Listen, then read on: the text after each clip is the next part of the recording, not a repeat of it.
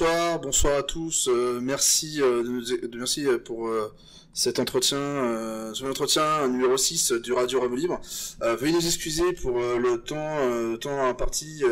Nous avons eu quelques soucis techniques de micro, mais aujourd'hui tout va bien. Normalement, tout va bien se passer. Aujourd'hui, sur Radio Ramo, nous accueillons un invité que nous voulions inviter depuis longtemps. Bonjour Guillaume Bigot. Bonjour, merci de nous accueillir, merci d'être venu et c'est un plaisir de vous accueillir parmi nous. Donc du coup, pour présenter cet entretien, on va faire comme d'habitude en 3 parties. Une première partie où on va parler un petit peu de vous, de votre vision politique. En deuxième partie, on va parler un petit peu de l'actualité nationale, internationale, même européenne. Et en troisième partie, on va répondre aux questions des auditeurs. Alors, on en a pas mal, parce qu'on a créé le salon cette dernière semaine, et puis on a pas mal de questions, donc on va commencer ça le plus rapidement possible. D'abord, est-ce que vous pouvez, parce que il y a beaucoup de gens qui vous connaissent, mais aussi des gens qui ne vous connaissent pas en fait, on vous voit beaucoup dans les éditos sur CNews et aussi dans quelques interviews, mais est-ce que vous pouvez vous présenter en quelques mots pour les auditeurs qui ne vous connaissent pas?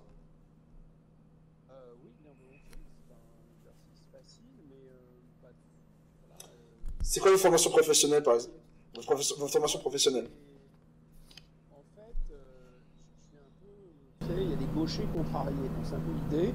Moi, j'ai souvent pris des voies, et puis ensuite, j'ai dévié, en réalité. Donc, je ne vais pas dire que j'étais parti pour être délinquant. Enfin, j'ai grandi dans les cités de la Porte de Magdeleine en 93, et à Paris, mais longtemps, et quand j'étais gamin, je n'étais pas très bien parti. Puis ensuite, on m'a mis un coup de pied dans les fesses, et ensuite j'ai fini par faire un bac scientifique, et normalement j'aurais dû commencer une prépa scientifique. C'était pas non plus tellement ma voie, et j'ai complètement dévié, et je suis parti à Sciences Po Paris, et là, je suis parti en réalité pour passer les concours de la fonction publique, l'ENA notamment, et puis j'ai complètement dévié à nouveau. J'ai fait du journalisme. Et là, ça a plutôt pas trop mal fonctionné. Et puis, j'ai à nouveau dévié.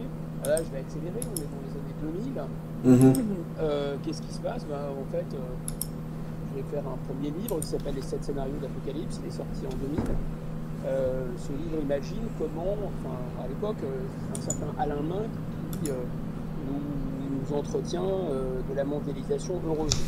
Comment la mondialisation, la globalisation va désarmer tous les conflits dans le monde et créer la prospérité. Donc mon livre, en fait, à l'époque, je suis journaliste à l'Académie des Outils, je suis rédacteur en chef adjoint, je suis spécialiste de politique étrangère, et mon livre imagine comment, dans des conflits régionaux, peuvent s'envenimer et devenir des crises mondiales très graves.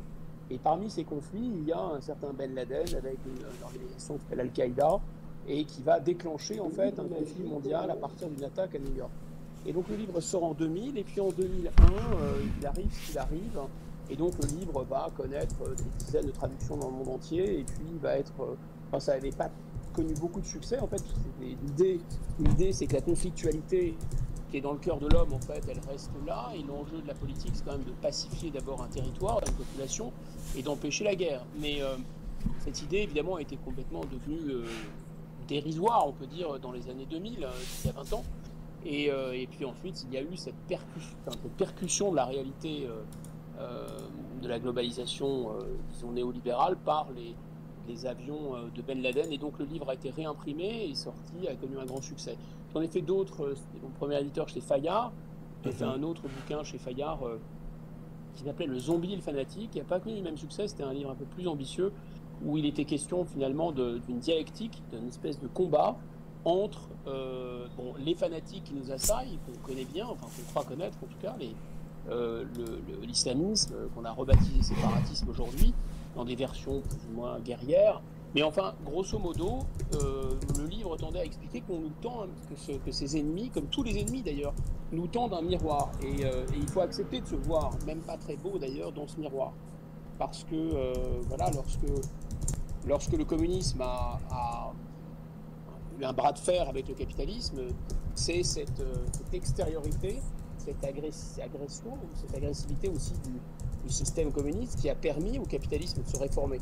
Par exemple, la sécurité sociale. Enfin, on peut considérer que sans Staline, il n'y aurait pas eu la sécurité sociale. Sans l'agression de démocratie par Hitler, je pense que le parlementarisme ne se serait pas rationalisé. En tout cas, en France, on n'aurait pas renforcé le pouvoir exécutif, par exemple, même si c'est arrivé plus tard. Bref, il y a, dans un phénomène de conflictualité, il y a toujours une leçon à prendre chez l'ennemi. En fait, l'ennemi a dit de vous quelque chose qu'il faut absolument entendre. Et donc là, il est manifeste que l'agression par l'islamisme, ça révèle le vide spirituel en fait en Occident et le fait que les Occidentaux n'ont plus de raison de mourir, parce que personne n'ira se faire tuer pour des fonds de pension. Voilà, ça c'était le deuxième livre. J'accélère un peu, je vais faire toute la bibliographie. Non, non, mais il y a la question du votre dernier livre qui est la populophobie. Déjà, on peut retrepasser la deuxième question qui est votre ligne politique. Donc déjà, on peut voir la tendance que ça traite. Mais votre dernier livre, c'est populophobie. De quoi il parle ce livre? Alors, la populophobie, c'est un livre qui, d'abord, part du principe qu'il y a une idée qui est très connue, c'est le populisme. Et le populisme, en fait, on a l'impression que le populisme est premier, c'est-à-dire que c'est une cause spontanée, comme ça, une génération spontanée, et que les gens qui sont plus ou moins rationnels, qui essaient de fonder leur façon de gouverner sur l'expertise, sur la science, etc., doivent faire face avec cette espèce de poussée de colère irrationnelle des peuples. Et en fait, le livre, la populophobie, c'est très simple. Ça explique que le populisme est en fait un effet, c'est pas une cause. Et la populophobie est la cause. La populophobie, c'est comme dans l'islamophobie, c'est-à-dire que vous avez un double sens. L'islamophobie, ça veut dire à la fois la détestation de l'islam, c'est comme ça qu'on nous le vend, mais c'est la racine grecque phobos, c'est la peur, donc c'est aussi la peur de l'islam. Eh bien, les élites, en fait, les classes dirigeantes, largement, toutes les classes dirigeantes, on inclut non seulement les gouvernants, mais les journalistes, les syndicats, les chefs d'entreprise, enfin, toutes les couches dirigeantes dans le monde occidental depuis assez longtemps, enfin, au moins depuis les chutes du mur de Berlin, se sont mis à se méfier. Et puis, de cette méfiance est devenue une espèce de mépris, et ce mépris est devenu une détestation, finalement, des classes populaires et du peuple. De sorte qu'il y a quelque chose qui a été bien analysé par pas mal d'auteurs, lui en France sur le plan même géographique, Goodhart en Angleterre, l'historien avec les Somewhere et les Anywhere, c'est une dichotomie qui est devenue très, très populaire aujourd'hui, ceux qui sont de quelque part, ceux qui sont de nulle part, et un auteur certains connaissent, s'appelle Christopher Lasch, des années 80, sociologue américain, qui a un peu imaginé comment les élites allaient faire sécession, c'est-à-dire allaient se débarrasser de leurs responsabilités. Parce que les élites qui nous dirigent ont une caractéristique, elles ne sont pas complètement cyniques, contrairement à ce qu'on pense. Elles ont une idéologie, elles ont des valeurs, elles ont des croyances, mais les croyances de la classe dirigeante, c'est le bon plaisir individuel. C'est-à-dire que l'individu, il n'y a rien au-dessus de l'individu, c'est l'individu au-dessus de tout. Dans ces conditions, vous ne pouvez plus diriger. Parce que si vous pensez que l'individu est au centre de tout, d'abord, vous ne pouvez plus avoir le sens de l'intérêt général. Et vous ne pouvez plus faire ce que toutes les classes dirigeantes doivent faire, c'est-à-dire avoir bien sûr des droits, avoir des privilèges, mais en échange, avoir des devoirs et avoir des responsabilités, exercer ses responsabilités. En fait, la manière de diriger, on pourrait voir ça de manière un peu plus granulaire, un peu plus fine, même la façon de diriger est affectée par cette espèce d'individualisme radical qui est à la fois l'individualisme du marché, l'homo economicus, mais qui est aussi plus fondamentalement, on appelle le droit de l'homisme, enfin une croyance très très extrémiste dans les droits de l'homme, le fait qu'on ne peut rien faire pour arrêter un individu de faire l'empêcher de faire ce qu'il veut, et on lui donne des droits sans contrepartie. Et donc, si on pousse cette idée, évidemment, on détruit les nations, on détruit l'idée que les hommes, bien, ils appartiennent à une patrie, ils appartiennent à un peuple, à une terre, et ils sont moins importants en tant qu'individus que cette collectivité, que ce groupe. Et vous voyez, l'idéologie de l'Union européenne, c'est le fait de transférer donc le pouvoir à un échelon supérieur, mais un échelon où justement il n'y a plus de devoir, il n'y a plus d'intérêt général. L'Union européenne, c'est une espèce de système qui garantit aux entreprises et qui garantit aux individus la perpétuation de la défense de leurs droits et de leurs intérêts. Voilà, grosso modo, ce que raconte la populophobie, ça c'est l'explication que le populisme n'est pas une cause, est un effet, et l'effet de la détestation du peuple. Et puis ensuite, la populophobie, c'est un livre qui essaye de replacer ce mécanisme qui est propre à la mondialisation, où les élites veulent se débarrasser de leurs obligations finalement, veulent pouvoir jouir sans entrave. Jouir sans entrave, c'est un slogan de 68, moral, et on voit ce que ça peut donner avec, sur le plan de l'inceste par exemple. Mais jouir sans entrave, ça a des applications économiques, concrètes, c'est-à-dire je délocalise et puis je vous dois rien en fait. Si je vous mets à la porte, c'est comme ça. Voilà, chacun fait ce qu'il veut et chacun va prendre son avantage, son bénéfice, son plaisir là où il veut, comme il veut, et ne doit rien d'autre qu'à lui-même. Ne doit rien d'autre disons, à lui-même et aux droits de l'homme, éventuellement, qui garantissent le système. Donc, l'idée, c'est de replacer ce mécanisme qui, je répète, propre au monde occidental, au capitalisme occidental, le replacer dans l'histoire de France et de montrer que cette méfiance, mais aussi ce mépris pour le peuple, enfin le populo, le peuple c'est ambivalent aussi comme notion, le peuple c'est à la fois la totalité des citoyens et le peuple ce sont les gens les plus fragiles économiquement. Eh bien, cette détestation du peuple, et en particulier des plus vulnérables, c'est quelque chose qui a un écho très lointain dans notre histoire, puisque la France est une création politique originale, c'est le premier État-nation du monde, et cet État-nation est créé par un pouvoir central qui va faire alliance avec les paysans, finalement, contre la noblesse et contre les importants. Et donc, ça va tout de suite susciter, disons, une espèce de méfiance entre la classe dirigeante, la noblesse, mais aussi la grande bourgeoisie. Tout de suite, dès l'origine, c'est-à-dire dès la guerre de 100 ans, on voit bien comment les marchands bourguignons, les grands drapiers, les grandes familles vont faire alliance avec l'Angleterre contre la paysannerie française qui va se soulever à l'appel de Jeanne d'Arc. Et donc, c'est quelque chose de très, très profondément ancré dans notre psychologie politique, dans notre psychologie collective, qui explique pourquoi nos dirigeants n'arrivent pas d'ailleurs totalement à mondialiser la France comme ils voudraient le faire. D'accord, et du coup, avec toutes ces définitions, je pense qu'on a pas mal été sur la première partie. Je vous propose d'accéder à la deuxième partie. On va parler un petit peu de la gestion du Covid, donc d'actualité. Quel a été votre avis sur la gestion du Covid par rapport de la part de l'Union européenne et de la France? D'abord, une première remarque peut-être générale, c'est que le pays dominant, le pays qui est le plus riche et le plus puissant, alors en général, la puissance économique va de pair avec la puissance technologique qui elle-même va de pair avec la puissance militaire. Nous, on détache tout ça, mais en fait, c'est complètement lié et c'est toujours très fortement lié. On a quand même une montée en puissance de la Chine. Alors, il s'avère que numéro 1, c'est arrivé en Chine, et numéro 2, de manière assez inconsciente finalement, sans même qu'on s'en rende compte, la façon de faire chinoise, la mentalité chinoise, la façon de gouverner des Chinois, qui a priori nous est très lointaine et très étrangère, parce que d'abord non occidentale, très groupiste justement, et puis ensuite communiste, finalement nous influence énormément. Et le fait que les Chinois aient réagi de cette façon, à la chinoise, de manière extrêmement brutale, en confinant la ville de Wuhan, ça a donné le ton, en fait, ça a donné le là. Et vous voyez, il y a relativement peu de pays qui ont échappé à cette espèce de... le fait de ne pas avoir fermé les frontières a eu un énorme impact sur cette gestion. Alors, paradoxalement, nos élites, effectivement, ont confiné un peu à la chinoise, ont eu une tentation autoritaire à la chinoise, mais évidemment, vous avez raison, ils n'ont pas fermé les frontières, et notamment en France, puisqu'il y a cette idéologie de l'Union européenne qui est anti-frontiériste, en fait, de manière par principe. Donc ça, c'est la première remarque, c'est l'influence du modèle chinois avec une tentation autoritaire. En France, la classe dirigeante, la dernière classe dirigeante historique, parce que je montre dans mon livre que les classes dirigeantes, elles se succèdent dans leur idéologie, dans leurs idéaux, mais aussi dans leur sociologie. Typiquement, les gens de la 3e et de la 4e République étaient plutôt des instituteurs, des avocats qui étaient élus de province, ou des médecins, tandis que le général de Gaulle a mis sur orbite en 1958 des hauts fonctionnaires, des énarques. Bon, et ces hauts fonctionnaires, ils fonctionnent comme des hauts fonctionnaires, c'est-à-dire que pour eux, ils n'ont pas très bien compris que les citoyens ont le pouvoir. Donc pour eux, les citoyens sont à traiter comme des administrés, voire des fonctionnaires subalternes. Donc ils leur donnent des instructions, ils leur intiment l'ordre de se faire des autorisations eux-mêmes pour sortir de chez eux, etc. Donc il y a vraiment l'idée que Mao Tse-tung aussi appelait la morgue du bachelier, c'est-à-dire qu'il y a l'idée que quand on sort de l'école nationale d'administration, on sait mieux que les autres, et les autres n'ont qu'à exécuter.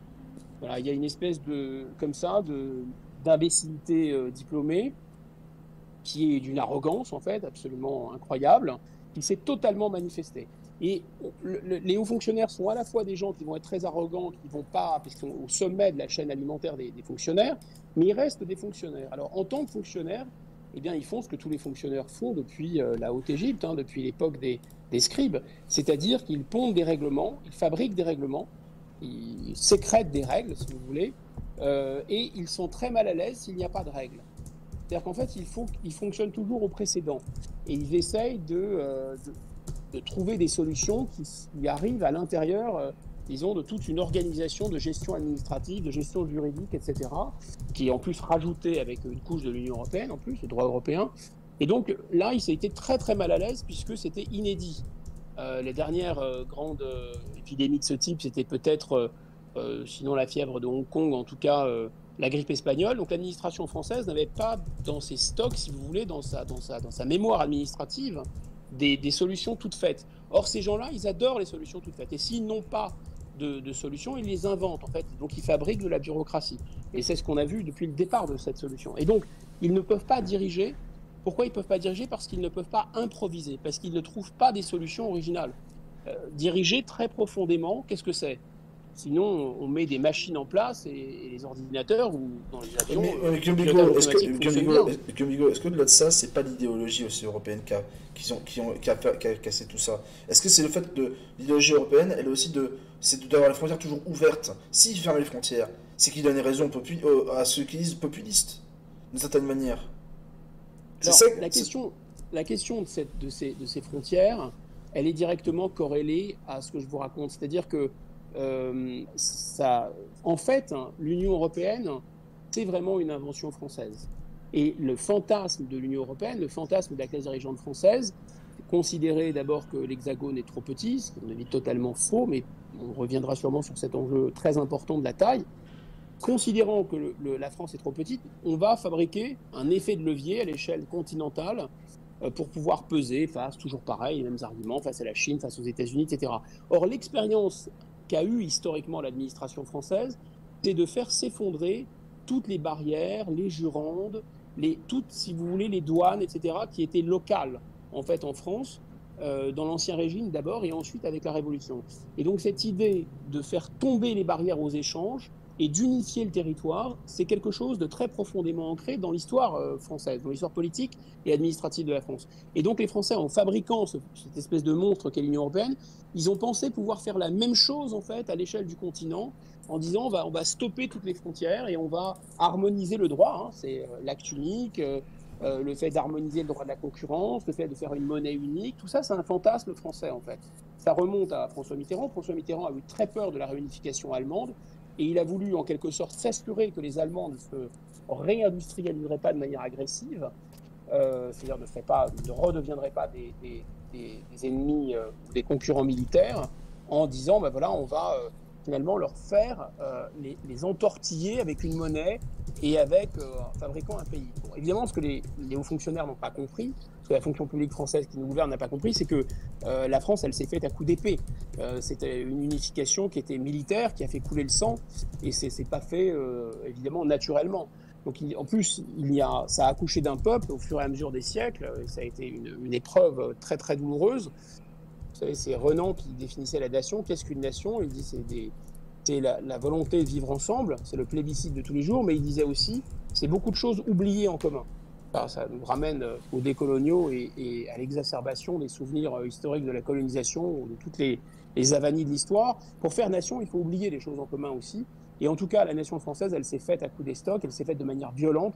Et l'Union européenne, évidemment, ce n'est pas un État, il n'y a pas de volonté politique, il n'y a pas... Qu'est-ce que c'est qu'un État? Qu'est-ce que c'est que la politique? C'est aussi le droit de tuer, c'est le pouvoir de tuer. Et de faire la guerre, en fait, et de pacifier un territoire. Évidemment, il y a... Enfin, vous me donnez un caporal, 3 hommes et quelques tanks, et je vous prends Bruxelles, qui ne se défendra pas d'ailleurs. Hein. Il n'y a pas d'armée à Bruxelles, enfin, il n'y a aucun pouvoir, en fait. C'est un État fantoche, ce n'est pas un État.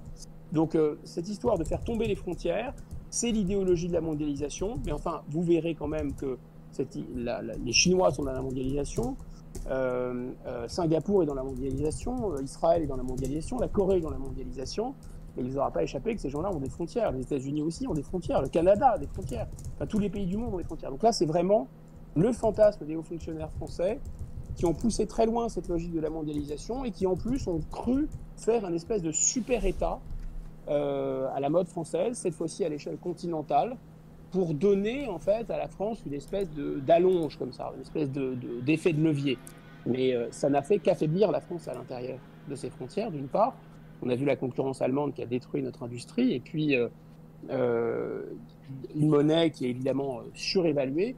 Et vous avez raison, pendant le Covid, alors que l'Italie était un des pays les plus touchés par la pandémie, du moins au début, mais l'Espagne aussi par exemple, on a vu cette chose étonnante, le président de la République se vantant de ne pas avoir fermé les frontières avec ces pays. Enfin, c'était de la folie furieuse, c'était de l'idéologie à l'état pur, qui continue d'ailleurs, puisque sur les vaccins, on voit bien que par idéologie, il a fallu passer par l'Union européenne, évidemment, des processus beaucoup plus longs, beaucoup plus bureaucratiques, beaucoup plus complètement inspirés aussi, avec une recombinaison étonnante entre l'idéologie du marché, faire baisser les prix grâce à la quantité, hein, vraiment l'histoire d'un marchand de tapis. Si vous êtes très nombreux, vous pouvez faire baisser le prix du vaccin, mélangé à de la bureaucratie kafkaïenne et à la lenteur de l'Union européenne. Je crois que le Premier ministre d'Israël a téléphoné 17 fois personnellement au patron de Pfizer. Non seulement Emmanuel Macron ni aucun dirigeant européen n'a pris son téléphone. On peut savoir quand est-ce qu'il l'a appelé, parce qu'il me semble que Emmanuel Macron avait appelé déjà Pfizer en avril 2020 et que l'Union européenne s'est coordonnée à appeler en novembre. Il l'a appelé quand, Israël?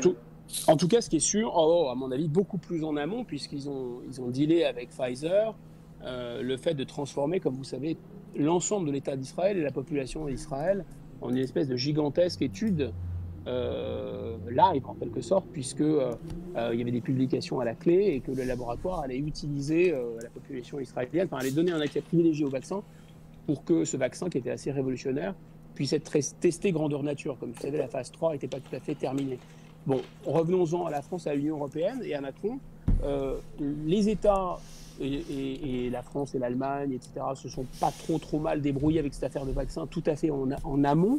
Et puis ensuite, l'Union européenne, ils ont passé le bébé à l'Union européenne, je répète, pour des raisons complètement idéologiques, à partir de l'été, peut-être du mois de juin, mois de mai ou mois de juin. Et là, pour le coup, il ne s'est plus rien passé quasiment jusqu'à la fin du mois d'août. Donc on voit bien encore le poids de l'idéologie. Et puis, on peut considérer aussi que, si on prend un peu de recul, on revient à cette idée assez bizarre qu'on n'arrive pas trop à maîtriser, à cerner. C'est un concept qui a l'air simple, mais qui est compliqué. C'est celui de la légitimité. Qu'est-ce que c'est exactement que la légitimité politique? Moi, je vous propose de vous dire que ça a un rapport avec le fait d'une espèce de force de dissuasion, le fait de se faire obéir. C'est-à-dire que un pouvoir politique, c'est un pouvoir qui certes a le monopole de la violence légitime, comme dit Max Weber, qu'il faut tuer. C'est pour ça que les policiers sont armés et que les militaires peuvent toujours faire la guerre au nom d'un État, au nom d'un drapeau. Mais évidemment, surtout à l'intérieur d'un territoire, on n'utilise pas cette force brute. En fait, c'est une force relativement dissuasive. Et un État est plus ou moins craint d'une certaine façon, et il est plus ou moins respecté. Il est bien évident que si l'Allemagne ou la France sont craints et respectés en tant que nation, l'Union européenne, c'est un paillasson vaccinal. Personne ne va... aucun laboratoire ne doit avoir peur de l'Union européenne. C'est bien ce qui se passe d'ailleurs. On va changer un peu de sujet parce que vous avez dit beaucoup de choses et c'est intéressant, mais le temps il avance aussi. Mais on va parler d'un autre sujet, là on va parler sur l'international. Là, il y a l'élection de Joe Biden aux États-Unis. Il y a Styler qui nous dit: vous avez dit à propos de Donald Trump qu'il a compris que pour gagner, il fallait d'abord ne plus subir les tabous et renverser les totems de la classe dirigeante qui ne tient que parce qu'elle arrive encore à faire croire à sa compétence. En France, les souverainistes pour la sortie de la France de l'Union européenne ils sont inaudibles dans les grands médias. Difficile de renverser les totems de l'UE dans ces conditions. Combien de temps encore la nationale arrive à s'émanciper de l'idéologie européenne et avant qu'un fédéralisme européen fige le paysage politique jusqu'au prochain exit d'un État membre? Une révolution culturelle ne permettrait peut-être pas à renverser l'ordre établi, puisqu'une révolution politique en laquelle très peu de citoyens osent encore croire. C'est une question très intéressante parce que le bombardement intensif idéologique depuis 40 ans en fait, c'est une espèce de phénomène de percolation, quoi. C'est comme si vous mettez des filtres à café, ça finit par passer, le liquide finit par passer à travers les grains. Donc même si les gens étaient au départ très réticents à l'égard de l'Union européenne et de ce projet, qui est vraiment que le projet de la classe dirigeante, en fait, ils se sont habitués à ce paysage et ça inquiète. Et on le voit bien d'ailleurs, c'est la position du Rassemblement national sur l'euro, ça inquiète. Donc on a l'impression qu'il ne faut surtout pas dire qu'on va quitter l'Union européenne, etc. Donc les gens se disent... à tel point de plus faire du différent, à tel point de faire plus différent entre le Rassemblement national et la République en marche sur la question de l'euro, de la sortie et de l'Union européenne. C'est ça, exactement. Mais donc en fait, cet enjeu, il est crucial parce que, on le sait bien, il n'y a aucune solution possible à l'intérieur de cette espèce de boîte ou de ce cadre, non seulement à cause du cadre monétaire qui est extrêmement contraignant, puisque vous parlez de la réindustrialisation. Mais enfin, on se rend bien compte qu'on ne peut pas, surtout, toutes les solutions qui vous préconisent la réindustrialisation sont des solutions qui sont totalement fantaisistes. Baisser, par exemple, on dit de baisser massivement les charges sociales, il faut baisser les revenus. Bon, les gens ont à peine de quoi manger, les salaires sont relativement bas, ils se traînent depuis 20 ans, et les charges sociales, ça a quand même un impact sur la demande globale. Donc si vous baissez les charges sociales, toutes ces politiques consistant à des politiques dites d'offres, à diminuer les coûts, etc., ça ne relance absolument pas la croissance, en fait. Ça appauvrit les gens, ça ne relance pas la croissance. Donc, à un moment, vous vous rendez bien compte que si on avait une monnaie, on pourrait dévaluer, et tous les experts sont assez d'accord pour dire que si vous voulez relancer l'industrie en France, il faudrait au moins baisser la valeur relative de ce qu'on produit de 25, peut-être de 30% même, et ça, ce serait possible en une nuit, de manière indolore. Ça ne veut pas dire qu'ensuite il faudrait jouer à ça toutes les 5 minutes, parce qu'il faudrait quand même remettre les gens au travail et produire de la valeur et de la richesse, mais au moins pour revenir dans le jeu, si vous n'utilisez pas l'arme monétaire, c'est quasiment impossible. Deuxième exemple, très simple, c'est la question de la dette. Évidemment, vous ne pouvez pas, si vous ne monétisez pas votre dette, si vous ne faites pas, alors avec la moitié de la dette qui est émise, qui est rachetée par la BCE, mais c'est largement insuffisant, et là, quand l'économie va repartir, on va se rendre compte qu'on n'a pas eu un effet de relance, comme on nous raconte. La relance, c'est que vous investissez sur l'avenir et vous essayez de créer une croissance un peu artificielle. Mais ce n'est pas ça du tout. Là, on a bouché les trous, en fait. On a créé des trous avec les confinements et les mesures sanitaires, et on est en train de les boucher. Et on va repartir en ayant un fardeau de dette supplémentaire, donc ce qui inquiète déjà tous les acteurs économiques. Donc ce n'est pas du tout favorable à la croissance. Bon, et tous les exemples sont à l'avenant. Si vous voulez, à partir du moment où vous mettez dans ce carcan, vous ne pouvez plus rien faire. Donc on voit bien aussi que de manière peut-être plus profonde encore, une nation, un peuple, qui considère qu'il est trop petit pour agir, pour exister par lui-même, et j'insiste sur le par lui-même, et c'est parce qu'il a cette espèce de sentiment d'impuissance, cette espèce de dépression nerveuse, et cette espèce de, comment on pourrait dire, de manque de confiance en lui, qu'il va s'associer à d'autres pays, qu'il va se lier à d'autres pays, et en fait se neutraliser parce que ces pays entre eux ne voudront plus rien et vont s'attacher les uns aux autres. C'est le mécanisme, en fait. L'idée, c'est que ça déclencherait une puissance supplémentaire, mais en fait, l'Union européenne, ce n'est que l'addition, et en fait, c'est même pas l'addition ni la multiplication, c'est plutôt la division des puissances entre elles. Mais j'insiste, je reviens là-dessus. Cette idée qu'on serait trop petit, d'abord, elle est fausse, elle est absolument fausse. J'espère y revenir, c'est la question de la taille, et surtout, elle a un effet extrêmement déprimant. N'importe qui, je ne sais pas s'il y a des chefs d'entreprise qui nous écoutent, s'ils réunissent le matin leurs équipes en leur disant, vous savez, de toute façon, on est trop petit, on est nul, on n'a pas aucune chance de survivre par nous-mêmes, il faut faire une espèce de fusion. Je pense que les gens vont pas retrousser leurs manches et redoubler d'ardeur pour bosser ou pour produire dans ces conditions. Vous ne pouvez pas, la métaphore économique a ses limites, mais vous ne pouvez pas, si un peuple ne se projette plus dans l'avenir, il va y avoir des conséquences en chaîne extrêmement graves. Une partie, pas seulement, mais une partie de la question de ce qui se joue dans les banlieues, comment vous voulez, déjà c'est extrêmement problématique d'assimiler des gens qui sont aussi nombreux et qui viennent d'horizons, d'aires culturelles aussi différentes. Mais en plus, comment voulez-vous qu'il s'assimile à un peuple qui considère qu'il est trop petit pour avoir un avenir ou voit au chapitre? Donc il ne peut plus se projeter sur l'avenir. Et c'est ce à quoi nous incitent les classes dirigeantes depuis 1992, et a fortiori depuis la création de la monnaie unique, c'est-à-dire à considérer que la France toute seule n'a plus d'avenir. C'est ça le non-dit, en fait, de l'Europe. Et donc, qu'est-ce que c'est que cette exaltation de l'identité française, etc. Mais c'est celle d'un parc d'attractions. C'est celle d'une espèce de musée, en fait. Vous avez les musées des gloires nationales, vous avez les terroirs avec de la gastronomie, vous avez des magnifiques paysages. Alors bon, Emmanuel Macron, je pense qu'il est très attaché à ça, mais c'est tout. En fait, ce n'est plus vivant, vous voyez, parce que, et là, je pense qu'il y a un désaccord entre le peuple et les classes dirigeantes, parce que les classes dirigeantes considèrent, dans un calcul qui est complètement faux, que de toute façon, 67 millions d'habitants en 2021, ça ne compte plus et ça n'a plus, disons, ça ne peut plus non seulement peser sur les destinées du monde, mais c'est condamné à la disparition ou à l'échec dans la globalisation. C'est condamné à s'effacer et donc on doit fusionner avec les autres. Et cet effet-là, outre le fait que techniquement ça ne marche pas et ça nous pose des problèmes, c'est extraordinairement déprimant.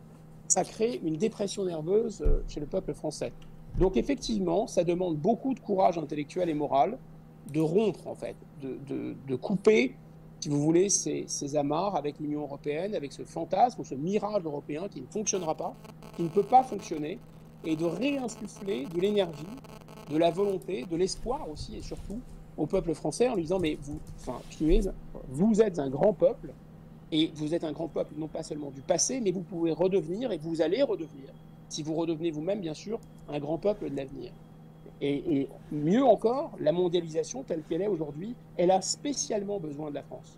Parce qu'on a un État énorme qui s'appelle la Chine, qui est ultra autoritaire, où il n'y a aucune liberté, et qui est en même temps un État qui a vraiment un État très centralisé, très dominant.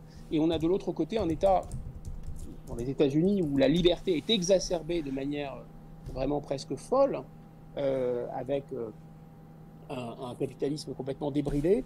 Je pense que la France est vraiment naturellement un point d'équilibre entre ces deux pôles. La France a une tradition étatique, la France sait ce qu'est l'intérêt général, la France a aussi une idée d'égalité, une idée sociale, mais en même temps, elle est aussi un pays de liberté. Elle a été constituée et façonnée par cette liberté. Elle a même, on peut dire, une vision de la liberté collective que n'ont pas les États-Unis. Pour les Américains, on le voit bien, la liberté, c'est d'abord se défendre contre l'État. C'est prendre sa carabine et la Constitution pour dire, attendez, je veux me défendre. Vous voulez m'imposer... Justement, en parlant de défense, justement... Et pour les Chinois, il n'y a pas de liberté du tout. L'État, ils ne doivent rien à l'État. L'État ne leur doit rien et ils doivent tout à l'État. Mais justement, en parlant de quelqu'un qui protège les intérêts de son pays, ça c'est je pense que c'est dans son caractère, on revient encore à l'international, c'est de Donald Trump. Vous avez réagi comment quand il y a des réactions des électeurs pro-Trump ont envahi le Capitole lors de l'élection de Joe Biden, notamment le vote pour le compte des voix des grands électeurs? Vous voulez, c'était typique de Trump, c'est-à-dire c'était un coup de bluff et peut-être d'ailleurs un calcul habile, très habile aussi, pour dire qu'il était fidèle à sa légende et qu'il ne plierait jamais et qu'il allait pouvoir poursuivre après avoir été battu, parce que être battu pour Donald Trump, qui est une espèce d'hyperbole de l'image du winner américain, c'était pas possible. Maintenant, moi, j'ai regardé comme tout le monde et j'ai entendu comme tout le monde des tas de décomptes, vu ces courbes qui augmentaient, etc. Bon, de toute façon, le vote à distance, le vote par correspondance est tout à fait propice aux fraudes. Et c'est la raison pour laquelle, d'ailleurs, en France, on l'avait stoppé. En 75, ouais. En 75, c'est sans doute la raison pour laquelle La République En Marche veut avec bien écrit pour arrêter la fraude en plus. Hein. Bien écrit pour arrêter. Exactement. Mais grosso modo, moi il me semble, ça me semble assez rationnel, que si Donald Trump avait des preuves matérielles incontestables qui l'auraient amené à renverser finalement le résultat, autrement dit, telle qu'elle pouvait invalider le sens du scrutin. Donc les pauvres gens qui ont envahi le Capitole aux États-Unis, qui font des jusqu'au-boutistes, en fait, qui n'ont pas voulu, qui ont fini par croire qu'il y avait une espèce de... en dehors de la détestation des élites, qui est bien réelle pour le coup, elle n'est pas inventée. Vous pensez qu'il n'y a pas de fraude? Vous pensez qu'il n'y a pas de fraude? Pardon? Vous pensez qu'il n'y a pas de fraude? Ah si, il y a eu de la fraude, bien sûr qu'il y a eu de la fraude, évidemment. Mais les boîtes qui étaient en dehors, en dehors des États-Unis, en Allemagne, en Italie, en Espagne, qui venaient des boîtes de vote, il y avait quand même des preuves quand même. Je pense que ce n'était pas suffisant pour invalider le scrutin, et si Trump avait eu les preuves matérielles de ça, vu le système légal et juridique américain, parce que il ne faut pas imaginer...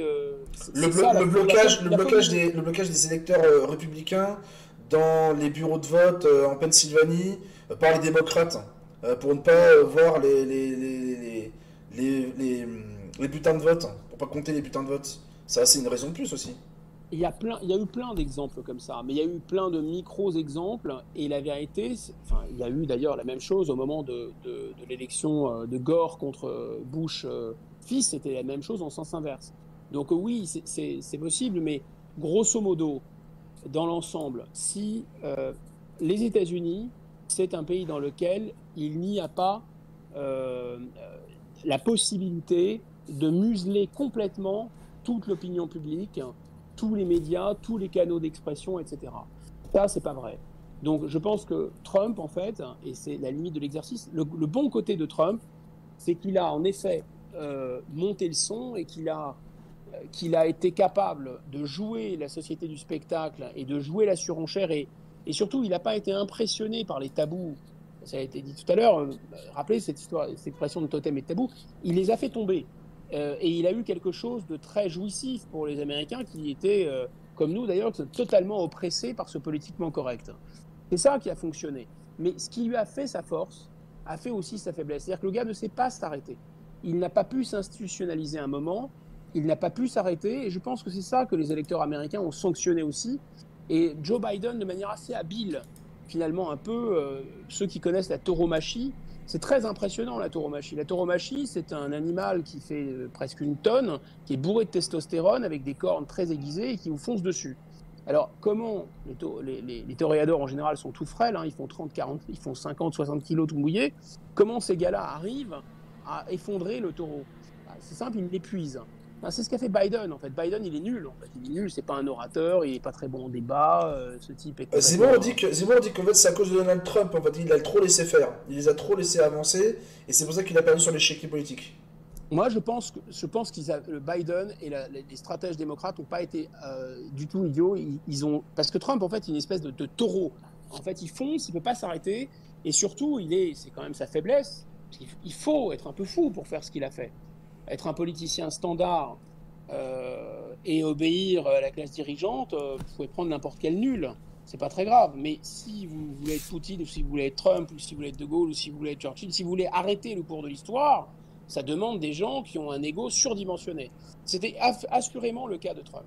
Mais le problème, c'est Biden a agité le chiffon rouge. Le chiffon rouge, c'est parler de sa personnalité, mais Trump a foncé là-dedans. Il n'a pas, j'ai regardé la campagne, il n'a pas du tout mis en avant son bilan, qui était quand même assez bon, y compris sur le plan économique. Donc, je veux dire par là que les États-Unis, même s'il y a des forces même s'il y a eu de la fraude, même s'il y a des gens qui avaient bien sûr des intérêts coalisés contre Trump, qui étaient très puissants, ils n'avaient pas le pouvoir de faire l'élection. Je ne crois pas à ça du tout, et je crois que compte tenu du système juridique américain, judiciaire américain que tu connais un peu, si en face, Trump et ses avocats avaient eu les preuves incontestable, ça aurait bloqué la machine. Parce que les Américains sont les pouvoirs sont vraiment indépendants aux États-Unis. Le président américain ne fait pas ce qu'il veut avec la Chambre, et le pouvoir judiciaire est encore plus indépendant. Comme vous savez, ils sont élus. Donc il y a des gens qui étaient élus pro-Trump à la Chambre, il y a des juges qui étaient élus pro-Trump, etc.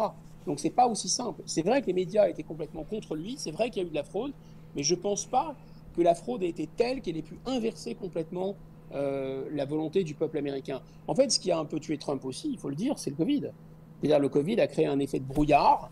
Le Covid, on voit, c'est assez curieux ce que ça a comme effet sur les gens. Le pouvoir partout utilise le Covid parce que l'un des ressorts les plus puissants de l'obéissance, c'est la peur. Et donc le Covid génère de la peur. et les adversaires de Trump qui n'avaient pas spécialement peur, et je pense qu'il avait raison de ne pas avoir tant peur que ça du Covid. En tout cas, ces adversaires ont utilisé la peur du Covid et ça a plutôt pas mal fonctionné. Bon, et puis, bien sûr, il y a eu cette campagne complètement hallucinante. Mais sincèrement, enfin, c'est toujours facile de critiquer, et surtout du point de vue français ici, c'est très compliqué. Mais il me semble que si Trump avait été beaucoup plus modéré, plus calme, dans sa campagne plus institutionnelle, il aurait vraiment coupé l'herbe sous le pied de ses adversaires et il aurait mis en évidence son bilan et il aurait arrêté de parler de son zizi, du zizi de Trump, moi. Enfin, vous avez vu quand même, ça c'est pas le deep state qui a fabriqué la sortie de Trump, qui est quand même hallucinante, surréaliste, sur My Way, enfin faire mobiliser la fanfare des Marines pour chanter My Way et pendant que l'avion monte. Enfin, le type, si vous voulez, Trump est très fort, personnellement, mais il ne peut pas s'arrêter, en fait. Personne ne peut l'arrêter. Donc, je pense que la faiblesse de Trump, c'est sa force. C'est ce que dit Pierre Géron. Il dit qu'en fait, la voix de Trump a permis d'ouvrir une troisième voie autre que les démocrates et les républicains aux États-Unis. Et ça a amené une autre philosophie, en fait, une autre vision des choses. Ah bah ça, c'est sûr qu'il a gagné non seulement contre les démocrates, il a gagné contre une grosse partie de Wall Street. On a dit que c'était le candidat de Wall Street, mais pas vraiment. Les gros business, surtout les business de l'Internet, d'ailleurs on l'a vu à la fin, étaient contre lui. Et il a gagné aussi contre les républicains, en fait. Et il a bien sûr gagné contre la presse, qui était toute unanime contre lui. Donc le type est très très fort. Enfin, ce gars-là est très impressionnant. Il a fait des choses impressionnantes, mais il n'a pas été capable de se stopper lui-même, en quelque sorte. C'est ce que les Grecs appelaient l'hubris, en fait. C'est la démesure, la folie des grandeurs. On va passer sur le. Là, on a parlé. C'est très intéressant ce que vous avez dit. Et tous ceux qui veulent nous rejoindre, bien sûr ceux qui nous écoutent, on est encore désolé pour le son. On sait que le son n'est pas forcément de meilleure qualité. Vous inquiétez pas, on va l'améliorer plus tard, après un montage. Mais si vous avez des questions, poser des questions à Guillaume Bigot, vous pouvez le faire en rejoignant notre Discord, discord.neuramoli.org. Vous venez et puis vous posez des questions en direct si vous le souhaitez. Guillaume Bigot, on va parler un petit peu de la politique nationale. On va parler un petit peu des élections 2022. On a un mec qui dit quel est votre avis sur les potentielles candidatures de Montebourg et Zemmour et que pensez-vous que Montebourg ne soit favorable à un Frexit et que Zemmour lui-même de plus en plus ouvert à l'idée? Je pense qu'ils ont ces deux-là, malheureusement c'est pas possible, c'est de la politique fiction, mais il ferait bien de s'allier parce qu'ils ont des qualités et des défauts qui sont dissymétriques, enfin qui sont dissemblables et opposés même. En fait, on voit bien que Arnaud Montebourg est trop sage, en fait. Il est beaucoup trop sage, il veut trop plaire, et notamment trop plaire à la classe dirigeante. Il essaie pas de draguer une personne de gauche qui va le suivre dans ses idées, un peu. Excusez-moi, j'ai pas entendu. Je disais, il essaie pas en même temps de chercher des gens à gauche, plutôt centre. Si, mais ça, parce qu'il va dire qu'il est tout seul après. C'est normal, ça se fait en 2 tours.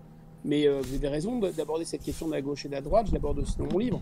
Tout l'enjeu est de savoir si Macron a été un accident, c'est-à-dire si le fait d'avoir fait se rejoindre l'essentiel du PS et l'essentiel de LR pour décréter qu'en fait il y avait d'abord une position qui était pro-état de droit, pro-droit de l'homiste, pro-européenne et pro-marché, et qu'en face il y avait des gens qui contestaient ce système, donc effectivement les souverainistes.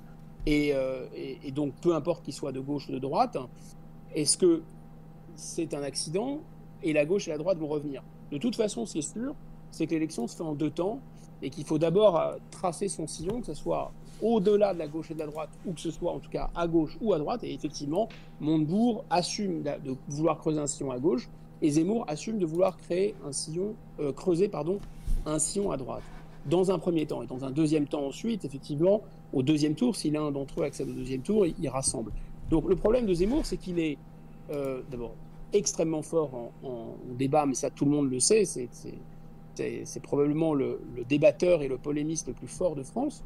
Par contre, je l'ai entendu sur une estrade, en discours, il y a 2 exercices, c'est 2 exercices complètement différents. Il faut être très bon au lancer de poids, mais il faut être très bon au basket. Il faut être très bon au 100 mètres et très bon au marathon. C'est pas la même longueur, c'est pas la même qualité physique. Et en discours, il peut pas, à mon avis, soulever l'enthousiasme des foules. c'est pas du tout à cause de son physique, etc. Hein, pas du tout. C'est sa nature, c'est sa personnalité. Il y a des gens qui sont très très forts. C'est rare que les gens soient très forts dans les deux domaines d'ailleurs. Mitterrand était très fort orateur, pendant très longtemps, il était très mauvais à la télévision. Chirac, c'est pareil, il était très nul à la télévision pendant longtemps, il était très bon orateur.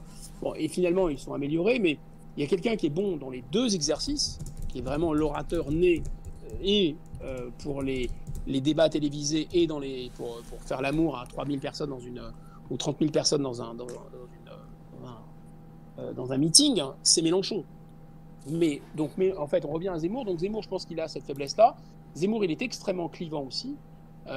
Très clivant, trop clivant, presque plus clivant que Marine Le Pen. Donc c'est quand même assez gênant parce que la faiblesse de Marine Le Pen, c'est déjà qu'elle ne peut pas rassembler. Donc il faudrait quelqu'un d'autre pour rassembler. Et donc on pense à Zemmour et à Montebourg. Or en fait, Zemmour a quelque chose de plus que n'a pas Marine Le Pen.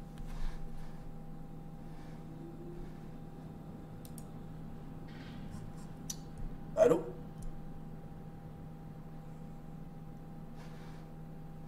Je crois que nous avons perdu Guillaume Bigot. Veuillez nous excuser.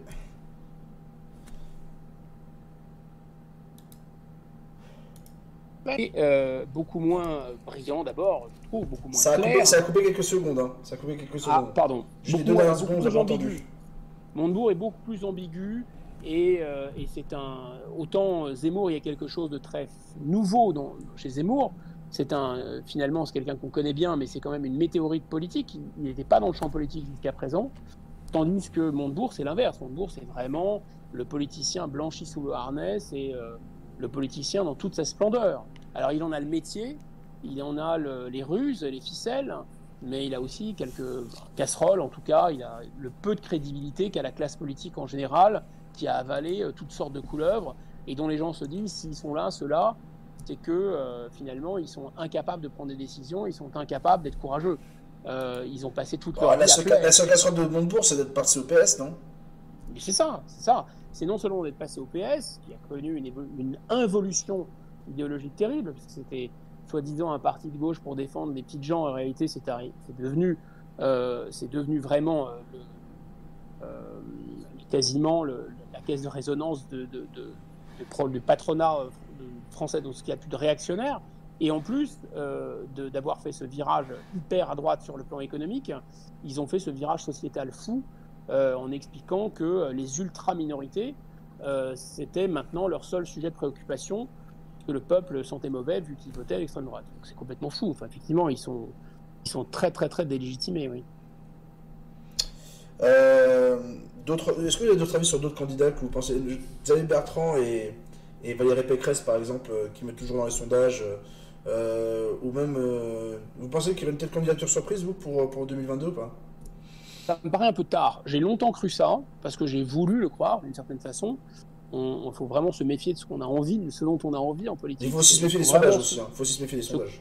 Oui, absolument. Les sondages sont toujours faux. Alors, pour le coup, les sondages ne disent pas ce qui va se passer, ils disent ce qui ne va pas se passer. Donc, en général, quand vous avez des gens qui sont garantis de gagner à 1 an ou à 15 mois des élections, ils sont quasiment garantis de perdre. À l'inverse, peut-être pas depuis 62, j'ai peut-être pas tout passé en peigne fin, mais enfin, c'est très rare que les favoris à 1 an du suffrage soient finalement élus ou réélus. Mais revenons à cette élection. Je pense que le temps se fait court maintenant. En plus, on est en situation de pandémie et tout ça.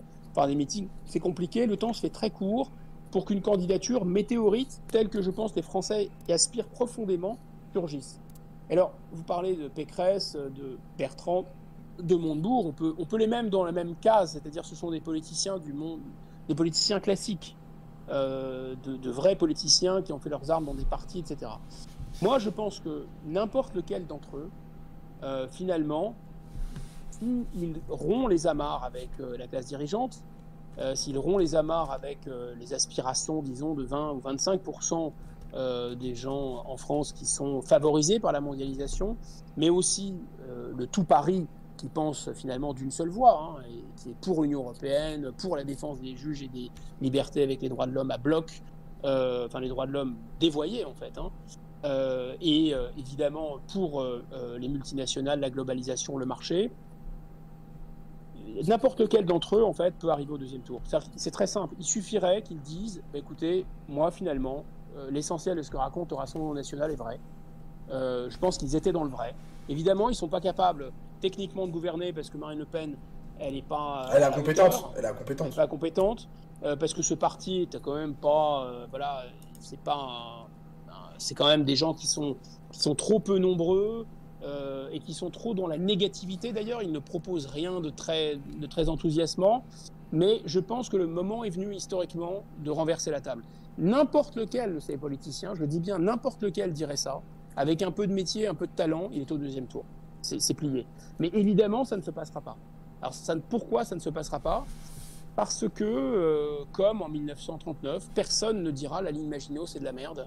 L'euro, c'est de la merde. L'Europe, ça ne fonctionnera pas. L'intégration des immigrés, ça va très mal tourner. Ça va tourner à la guerre civile, etc. Personne ne dira ça. Personne ne dira ça parce que les classes dirigeantes se piquent de penser différemment de l'opinion publique. C'est le pas de vague du PS de la gauche. Hein. C'est ça, mais c'est la même chose chez LR, c'est la même chose à la République En Marche. En fait, ces gens-là, on revient toujours à ce constat, c'est que pour l'être humain, c'est très très très difficile, voire impossible de penser contre le groupe. Et en fait, il y a une pensée dominante de la classe dirigeante. Je mets dedans les patrons, je mets dedans les journalistes, je mets dedans les élus, je mets dedans... Finalement, entre eux, vous n'avez que des nuances. Pour l'essentiel, ils sont d'accord avec une sorte de doxa. Ce qu'ils reprochent, en fait, à ce qu'ils appellent les vrais gens, ce qu'ils reprochent au gros de l'opinion publique, ils ne le voient pas chez eux. Mais chez eux, c'est la même chose, en fait. Ils ont... Et c'est encore plus fort parce que finalement, ils ont envie d'appartenir à la haute, ils ont envie d'appartenir à une classe dirigeante, et quiconque conteste que l'euro est notre avenir, quiconque conteste le primat des juges et des traités et de la folie droit de l'hommiste qui fait que quand vous avez quelqu'un qui a le droit d'asile qui dit que Al-Qaïda c'est super ou l'État islamique c'est super, vous n'avez même plus le droit de le renvoyer de chez vous.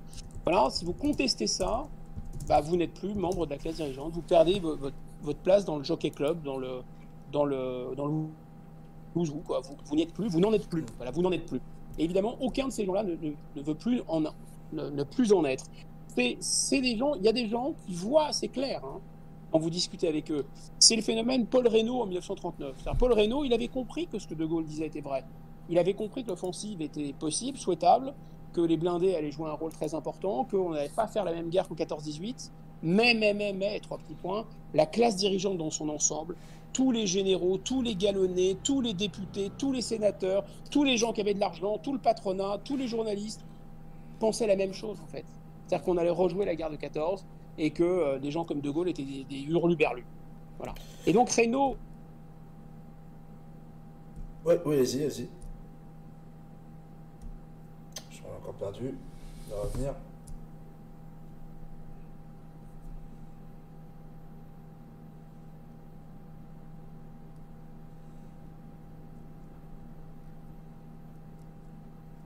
collectif. On vous a encore perdu, il y a 2 secondes. Ah mince, vous m'entendez ? Allô ? C'est pas grave, on vous entend. Vous m'entendez okay. Pas ouais. On va passer à d'autres questions. Alors, on a pas mal de questions aussi des auditeurs. Viruska, qui est quand même pas mal. Elles sont assez intéressantes. Et elles sont de divers sujets. Hein. Vous, dans le fait, vous voulez le Frexit. On est d'accord ou pas ? Bien sûr. D'accord. Comment pensez-vous le faire en amont pour le préparer sereinement et que la transition se fasse dans le succès ? Quelle serait pour vous la meilleure stratégie pour faire le Frexit ?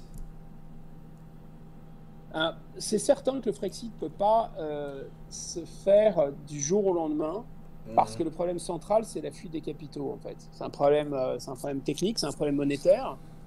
Donc je pense qu'il faut entamer une négociation, en fixer le terme à l'avance, pas trop long, pas trop court non plus, parce qu'il y a des obstacles techniques et juridiques. Je pense que 2 ans, 3 ans, c'est le bout du monde, en disant, voilà, il va falloir soit qu'on puisse utiliser cette monnaie ensemble et qu'on la réforme très profondément, y compris les statuts de la Banque Centrale Européenne, permettant la monétisation de la dette, permettant aussi d'avoir une parité monétaire qui reflète la compétitivité des pays les moins productifs. Sinon, on reprendra nos billes. Sinon, il va y avoir des attaques et des sorties de capitaux, en fait. C'est le problème. Ce n'est pas tellement le problème des dettes dont on nous parle tout le temps, parce qu'il y a quelque chose qui s'appelle la lex monetae, qui fait que le droit international de longue date explique que quand vous changez de monnaie, c'est dans votre nouvelle monnaie que votre dette est libellée. Donc, on ne va pas rembourser, si vous voulez, en euros, on remboursera en euro-franc ou dans le nouveau franc qu'on créera. Donc, par contre, la fuite des capitaux est un problème. C'est-à-dire tous les gens qui ont de l'argent, ils n'ont pas envie, ils savent ce qui va se passer, ils savent qu'à un moment ou à un autre, il y aura une monnaie qui vaudra moins cher que l'euro, et donc ils n'ont pas envie de perte de valeur. Donc leur intérêt à eux, c'est de mettre leur argent hors de France et le convertir en euros pour ensuite garder la valeur de cette épargne. En fait, c'est ça le problème central. Et donc, je pense qu'il faut créer cette négociation, parce qu'en créant cette négociation, c'est les marchés, en quelque sorte, qui vont faire le travail. C'est-à-dire que quand vous négociez, les problèmes vont apparaître, et de toute façon, les marchés, ils ne sont pas fous. Voilà, et donc, il pourrait y avoir déjà, à mon avis, des phénomènes qui vont se passer, c'est-à-dire qu'on ne serait peut-être pas les seuls à sortir, ou alors l'Allemagne va sortir elle-même et faire exploser la zone. Enfin, je pense que la négociation, si vous voulez, la France n'est pas la Grèce. Donc, quand la France va entamer une négociation, et c'est pas une négociation à la Montebourg, c'est pas on va casser la vaisselle, on risque d'être pas sage, ouh là là, on va se fâcher. Non, non, c'est une négociation qui dit clairement, au bout d'un certain terme, si nous n'avons pas obtenu ce que nous voulons, on sortira. Donc on fera péter la zone euro. Et donc, dans ces conditions, les marchés, le sachant à l'avance, vont anticiper ce qui va se passer. Les autres pays aussi vont anticiper ce qui va se passer. Si vous entamez une négociation avec l'idée que de toute façon vous ne quitterez jamais la table de négociation, qu'elle ne peut pas mal tourner, effectivement cette négociation, c'est même pas la peine de la mener, elle est perdue d'avance. En revanche, quand je dis mener une négociation, c'est vraiment mener une négociation, c'est-à-dire qu'il se peut aussi que finalement la zone euro soit complètement réformée. Après tout, c'est pas si grave d'avoir une monnaie partagée avec d'autres pays, à condition qu'elle soit pilotée dans l'intérêt des États. Et surtout qu'elle soit pilotée dans notre intérêt à nous. Voilà, ce qui commence à être un petit peu plus le cas déjà, on l'a vu avec la pandémie de Covid, puisqu'on a abandonné ces folies des critères de convergence et qu'on a commencé à monétiser une partie de notre dette. On a aussi d'autres candidats. On va parler un peu de certaines positions, de certains hommes politiques. Vous connaissez Étienne Chouard? Oui, je connais Étienne Chouard. Ouais. Vous êtes pour le RIC, vous, ou pas? Oui, je suis pour le RIC, je pense que ce n'est pas une mauvaise solution. Mais sans sortie de l'Union européenne, il n'y a pas de RIC, on est bien d'accord. Sans sortie de l'Union européenne, il n'y a rien. Comme ça, je pense on en est clair là-dessus. Non, mais sans sortie de l'Union européenne, si vous voulez, vous êtes enchaîné en réalité non seulement sur le plan monétaire. On a parlé de la monnaie tout à l'heure par rapport aux exportations, à la possibilité de réindustrialiser en France, mais il faut parler du protectionnisme, c'est très important. C'est-à-dire que si vous ne protégez pas vos marchés, une partie de vos marchés sur des secteurs que vous voulez reprendre, c'est impossible en fait. C'est totalement impossible. Vous n'arriverez pas à aligner des produits qui seront compétitifs que vous ne reproduisez plus. En fait, donc il faut à un moment les incuber, les protéger du marché, etc. Mais il y a 1001 sujets qui font qu'à l'intérieur de l'Union européenne, je pense que plus rien en fait n'est possible. En fait, donc Étienne Chouard, le RIC, c'est une solution intéressante, mais c'est pas. Je développe cette idée dans mon livre. Je pense que c'est tout à fait naïf de penser qu'il pourrait ne pas y avoir de classe dirigeante. Je pense que le sujet historique, c'est le changement, la transformation de la classe dirigeante française, parce que celle-ci est vraiment arrivée en bout de course en fait. Ce sont les fameux hauts fonctionnaires, sont les fameux énarques que De Gaulle a mis sur orbite en 58-60. Jusque dans les années 70-80, ils ont fait du bon travail. Les autoroutes, le nucléaire, le TGV, etc. Enfin, ça a lancé la France sur les rails du XXe siècle. Et ensuite, ils ont eu une sorte de plateau, si vous voulez, où ils étaient encore à peu près supportables, et encore avec un minimum de sens de l'intérêt général. Et puis depuis la création de l'Europe, qui est vraiment, je répète, leur grande affaire. Hein. On ne voit pas, nous, à quel point c'est une idée française, finalement, cette idée de l'Europe. Ils se sont mis à décliner et ils sont maintenant, ils font du vélo d'appartement, ils sont complètement hors de la réalité et ils sont du poison, ils sont très très poison pour les Français. Ils nous entraînent vraiment vers le naufrage, que ce soit en termes de sécurité et d'ordre public. Je crains qu'on arrive à des affrontements interethniques en France. On est déjà au bord de ça, la situation est explosive. La désindustrialisation, elle est bien sûr en marche, on est passé de 20% à 10%. L'appauvrissement est là. Le Covid a eu cet effet de révélateur. En fait, on ne produit quasiment plus rien. Un pays qui ne produit plus ne peut pas s'enrichir. Donc, je crois qu'il faut changer de classe dirigeante, mais qu'on ne peut pas se passer de classe dirigeante.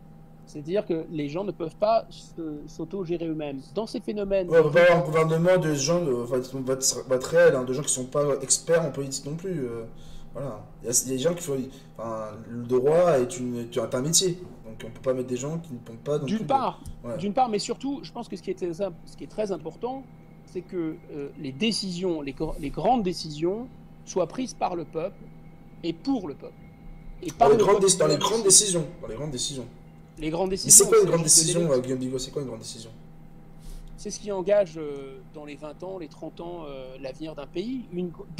Plusieurs grandes décisions n'ont pas été prises par le peuple. La création de l'euro a été, si vous voulez, arrachée avec une propagande. Vous étiez trop jeune, j'ai vécu ça en 92, au moment de Maastricht, il y avait une propagande insensée.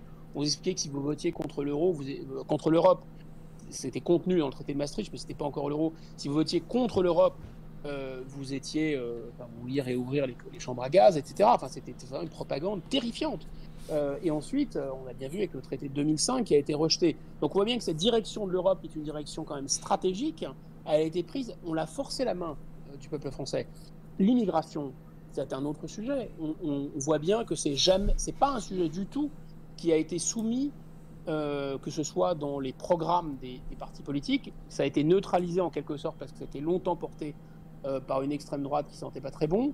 Et donc, c'est un sujet qui est devenu tabou pour cette raison. Et de toute façon, dans les programmes des candidats de la République, des candidats à la présidence de la République, il n'y a jamais été question de mesures vraiment énergiques ou avant même de parler de mesures énergiques, de se prononcer sur cette question. Justement, en jouant sur cette question-là, on en est où sur le projet de développement des îles Kerguelen? Les îles Kerguelen, ça a fait beaucoup couler d'encre.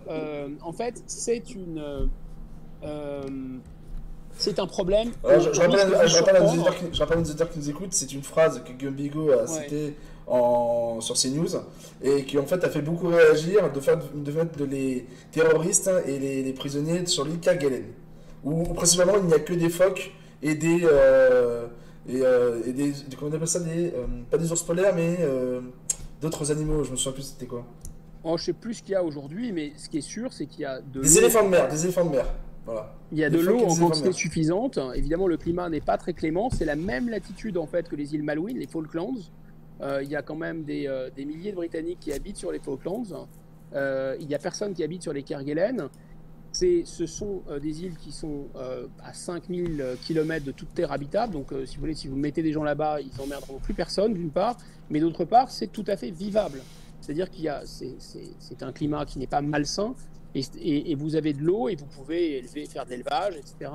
et vivre dans l'île. Comme les Britanniques l'ont fait, je répète, sur une île qui a la même latitude. Et bizarrement, c'est une question humanitaire. C'est-à-dire que si on n'est pas pour la peine de mort, que fait-on de gens qui ont décidé, si vous voulez, d'en finir avec notre mode de vie et qui sont des ennemis déterminés comme les djihadistes? Vous les enfermez 10 ans, 20 ans, etc. Après, vous les relâchez. Mais ils sont extrêmement dangereux. Ils sont terriblement dangereux et je ne pense pas que leur enfermement de longue durée, si vous voulez, ce ne sont pas des criminels. Ce sont des gens qui ont un projet de guerre pour détruire votre société. C'est arrivé, moi je suis plutôt du côté des communards, mon cœur battait du côté des communards, mais force est de constater que les communards avaient décidé de faire la peau des Versaillais et ils avaient décidé une partie d'entre eux étaient vraiment des enragés. Ils voulaient une révolution, même une révolution un peu bolchevique avant l'heure. Donc qu'est-ce qu'a fait la Troisième République? Ce sont les fameux bagnes. Alors le bagne a une très très mauvaise réputation parce qu'on a gardé en mémoire le bagne de Cayenne, c'est-à-dire le bagne en Guyane. Et quand on envoyait les gens en Guyane, compte tenu des conditions terribles, les maladies, les moustiques, la température, les fièvres, etc., les gens mouraient assez rapidement. L'espérance de vie était très faible à Cayenne et les gens mouraient. Mais le principe du bagne, ce n'était pas une prison.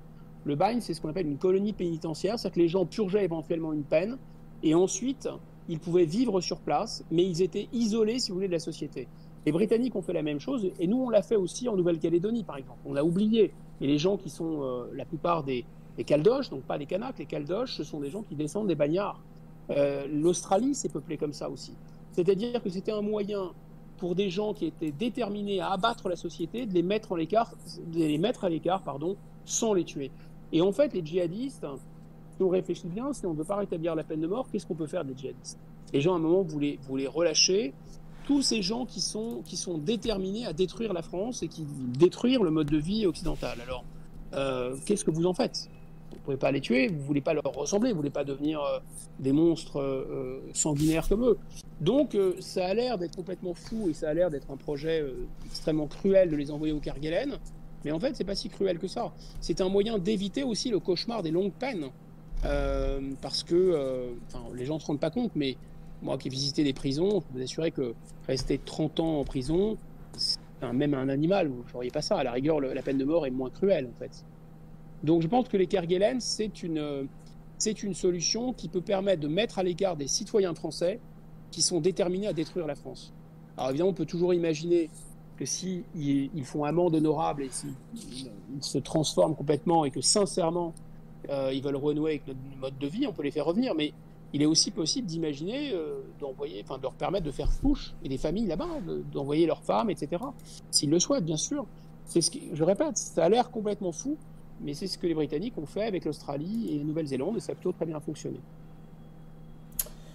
On va parler un petit peu par rapport à... Il y a une information, l'algorithme me disait, il y a l'UE qui veut passer à l'euro numérique et faire disparaître le cash selon une source qu'il a vue. Il se donne 4 ans.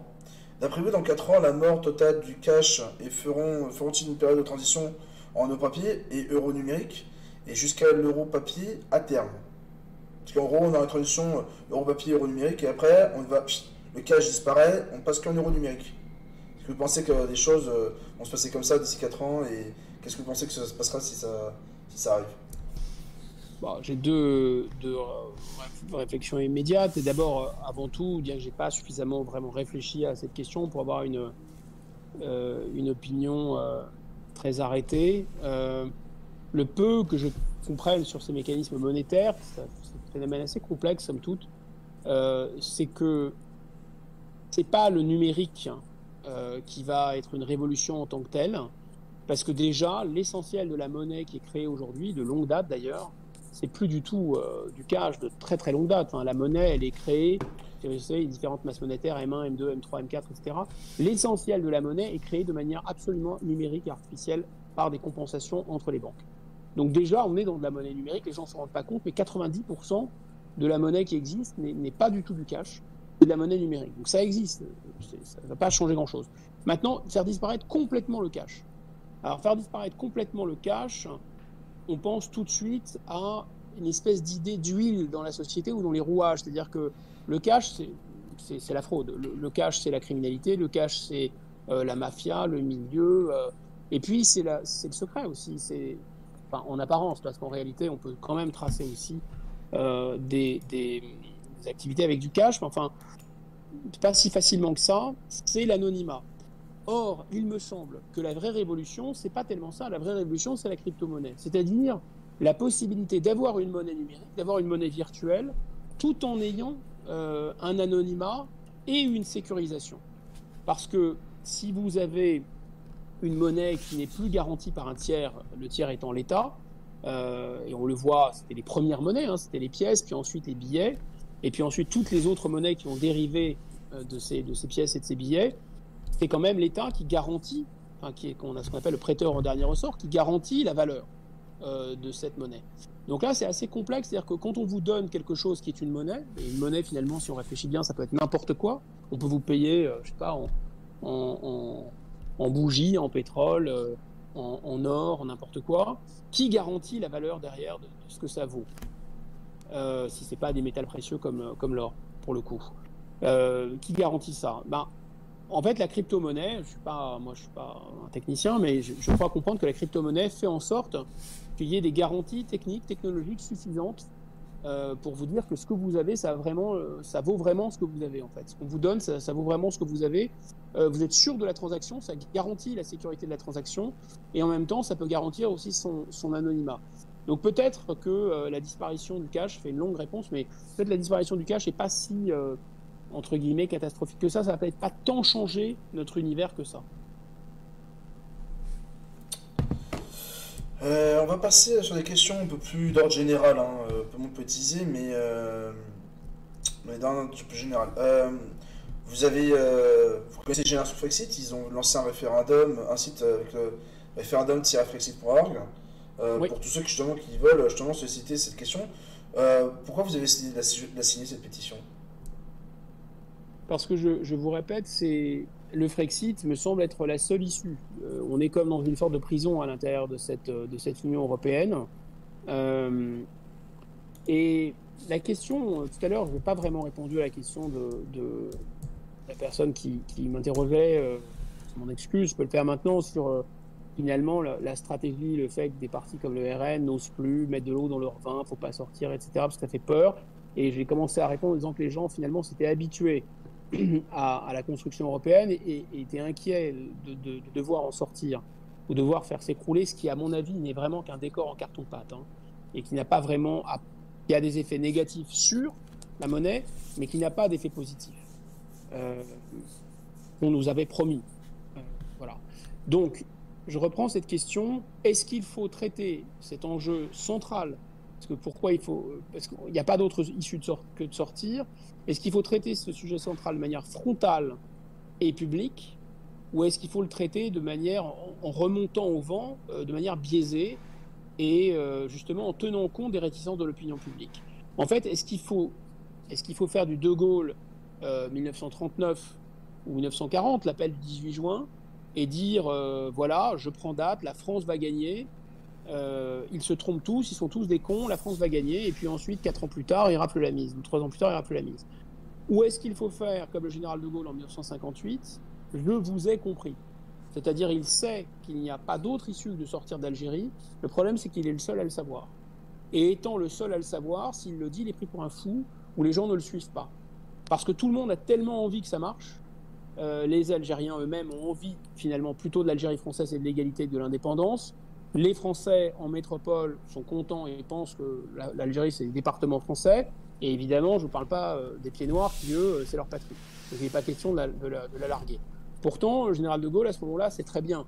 En fait, l'Algérie, ça ne va pas le faire. Parce qu'il a compris les vents de l'histoire, il sait que la décolonisation est inéluctable. Il l'a dit très tôt, c'est dans le bouquin de C'était de Gaulle de Perfit, il a dit, mais enfin, vous les avez vus, les Algériens, allez les voir, parce qu'en fait, les pieds noirs n'étaient pas trop au contact des Algériens. Ils avaient des ouvriers agricoles. Les pieds noirs, c'était des commerçants qui habitaient dans des villes, hein, Oran, Alger, etc., qui étaient des villes complètement européennes.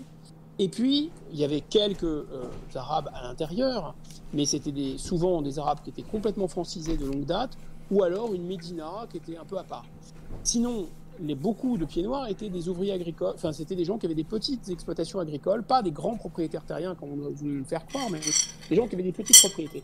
Et dans ces petites propriétés, ils avaient des ouvriers agricoles qui venaient des villages alentours, qui étaient des villages arabes, donc des zones où les gens ne savaient pas lire, pas écrire, etc. Hein. Et donc généralement, il y avait des petites écoles communales, et donc les petits Français, pieds noirs, étaient mélangés avec les petits Arabes. Mais en fait, chacun vivait de son côté, et une grosse partie de la population arabe n'était pas visible en fait des pieds noirs. Ils étaient très nombreux, ils étaient très arriérés, entre guillemets, ils ne savaient pas lire, pas écrire, etc. Et ils avaient une culture, une langue, un mode de vie, une pensée qui n'était pas du tout celle des Français. Et donc le général de Gaulle, non seulement avait compris que la colonisation avait fait son œuvre, la décolonisation allait faire son œuvre, c'était un mouvement inéluctable de l'histoire, mais en plus, il était conscient de cette réalité, on peut dire, géographique et humaine. Et il savait que l'Algérie n'était pas du tout la France. Et qu'en fait, l'Algérie française, c'était une espèce de rêve, c'était une couche assez superficielle. Ça avait une réalité. Mais finalement, quand la majorité des Algériens allaient vouloir prendre leur indépendance, bon, comme dit Bonaparte, on peut tout faire avec des baïonnettes sauf s'asseoir dessus. C'est-à-dire qu'en fait, on a gagné la guerre d'Algérie militairement, contrairement à ce que raconte l'Algérie. On l'a gagné militairement, mais on l'a perdu politiquement parce que même si on avait gagné militairement, on ne pouvait pas imposer ad vitam aeternam une présence française à un peuple qui n'était pas français. Voilà, donc cette longue parenthèse sur l'Algérie, parce que je pense que c'est un peu un problème. Il y a une analogie, si vous voulez, il y a un parallélisme avec l'Europe. L'Europe, aujourd'hui, personne ne veut croire que l'Europe, on en sortira. Pourtant, je pense qu'on va en sortir, c'est inéluctable. Exactement comme on est sorti d'Algérie, pour les mêmes raisons, parce que la politique est faite de réalité, de réel. Le réel est très puissant, il a sa pesanteur. Or, l'Europe n'est rien, en fait. L'Europe est une monnaie qui nous empoisonne, mais l'Europe n'est pas un État, n'est pas une puissance, n'a pas de budget, n'a pas de politique étrangère, n'a pas d'armée, et ce n'est pas notre avenir, parce que les pays d'Europe sont très différents les uns des autres, et que la seule chose qu'on a en commun, l'euro, ça nous pose déjà des très graves problèmes. Et qu'en plus, je vous l'ai dit, je vous le redis, ça me semble clé, ça nous met dans un système de pensée tel que les Français se représentent l'avenir comme impossible, parce qu'il serait trop petit, trop faible, et qu'en fait, notre peuple n'aurait plus d'avenir, ne pourrait plus se projeter sur l'avenir. Donc on sortira d'Europe, parce que c'est quasiment mathématique, mais en même temps, personne ne peut l'imaginer. Et donc tout le monde veut croire qu'il va y avoir une autre Europe, que l'Europe va se transformer, qu'on trouvera bien une solution, que l'Europe finira par se faire. Mais bon, on attend l'Europe comme on attend Godot. Hein. Elle ne viendra jamais parce qu'en fait, je répète, les nations ont été faites à partir d'un centre qui s'est imposé militairement par la force. Et que la politique est aussi une affaire militaire, une affaire de force et de puissance. Pour qu'il y ait l'Europe, en fait, il faudrait qu'il y ait un dominant. Il faudrait qu'il y ait une puissance dominante qui force les autres à faire l'Europe. Et cette puissance, on pourrait dire elle existe, c'est bien la France qui a l'envie de faire l'Europe. Mais les autres n'en ont pas vraiment envie. Et l'Europe ne va pas se faire. Et les autres... Vous voulez dire l'Europe des nations? L'Europe des nations, si vous voulez, c'est l'Europe avant... Parce que la construction européenne, elle se fait. Elle est en ce moment en train de se faire. Puisqu'il y a les euro-régions qui sont subventionnés, il y a un commissaire aux euro-régions qui subventionne les associations régionales pour promulguer les indépendances des régions. Et demain, il y aura des indépendances du côté de la Bretagne, de l'Alsace. Regardez l'Alsace qui est devenue en 2013. Ils ont fait un référendum. 4 ans après, le Premier ministre bafoue ce référendum.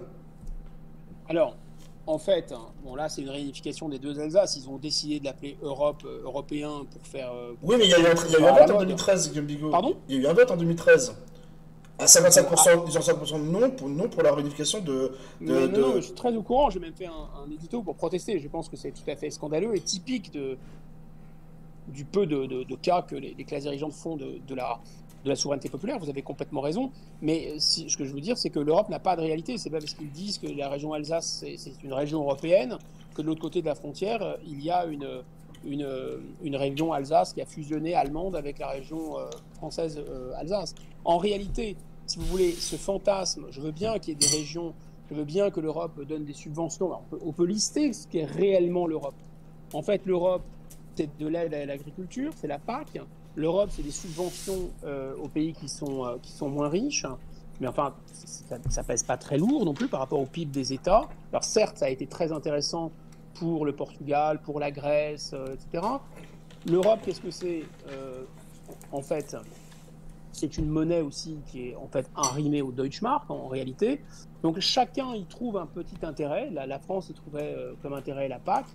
L'Allemagne y trouve un intérêt d'avoir comme ça une sous-évaluation de sa monnaie qui serait autrement 25 ou 30% plus chère, et donc ça limiterait ses exportations, et elle engrange des excédents colossaux.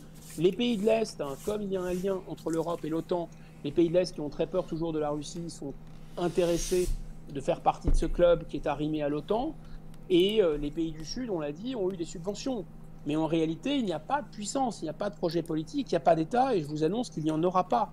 Donc, quand vous me dites il y a des subventions, etc., c'est parce que aujourd'hui, d'abord, les nations font partie de ce club. Et je pense c'est surtout que c'est comme ça que fonctionnent les traités, le traité de l'Union européenne aussi. Bien sûr, mais les traités, c'est ce que le général de Gaulle disait aussi, les traités, c'est comme les jeunes filles, c'est comme les roses, hein, ça vaut ce que ça vaut le temps que ça fane, en fait. Donc, les traités, ils sont pas...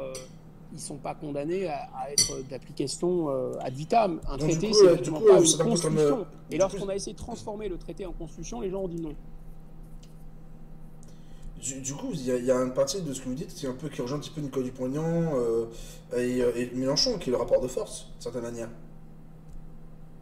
Oui, c'est bien sûr qu'il faut installer un rapport de force, c'est-à-dire que mais plus profondément, en fait, regardez la politique étrangère de la France. Bon, la politique étrangère de la France, un des aspects, c'est pas le seul, mais un des aspects importants, c'est par exemple ce qui se passe du côté du Sahel, où on a projeté des forces pour empêcher ces États de s'effondrer sur eux-mêmes.